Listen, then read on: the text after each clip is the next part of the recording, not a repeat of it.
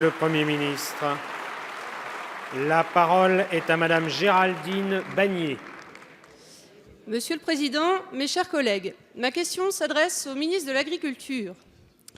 Monsieur le ministre, député de la circonscription où est localisée l'usine Lactalis de Cran, je voudrais d'abord adresser toute ma solidarité aux familles concernées, en France comme à l'étranger, aux salariés touchés par les mesures de chômage technique, aux fonctionnaires des services de l'État accusés face à ce qui ressemble à une suite de dysfonctionnements, tant sur le site de production que lors de la procédure améliorée de retrait-rappel, dysfonctionnements que seule la justice pourra mettre à jour et clarifier.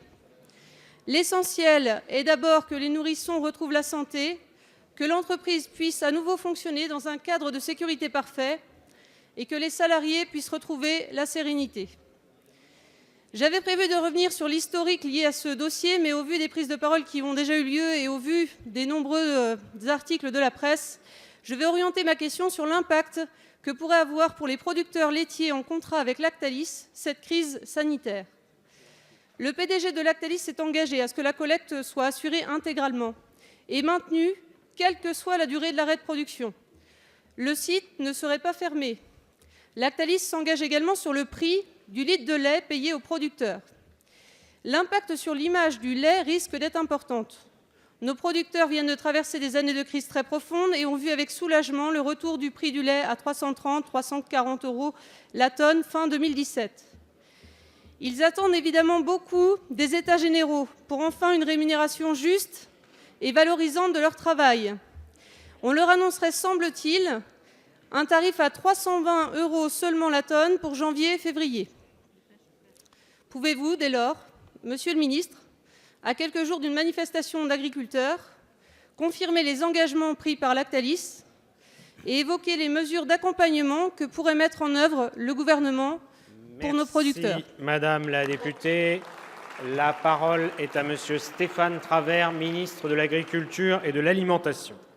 Merci Monsieur le Président. Mesdames, Messieurs les députés, Madame la députée Géraldine Bannier, je sais l'inquiétude des salariés du groupe Lactalis et l'inquiétude aussi des producteurs, mais je sais aussi l'inquiétude des parents dont les enfants ont été rendus malades du fait de la contamination à la salmonelle du site de Cran.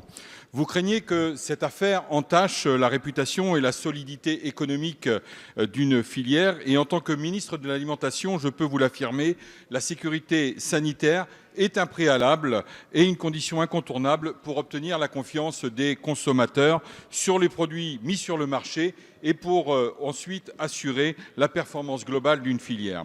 Je souhaite insister sur le rôle des responsabilités de chacun dans la chaîne alimentaire.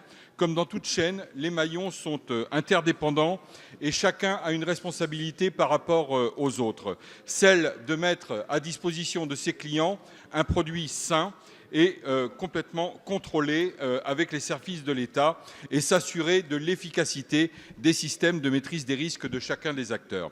Ces contrôles portent sur l'ensemble de la chaîne alimentaire, de la fourche jusqu'au biberon et sont opérés de manière complémentaire par les services du ministère chargé de l'Agriculture et de l'Économie. À ma demande, j'ai reçu ce matin M.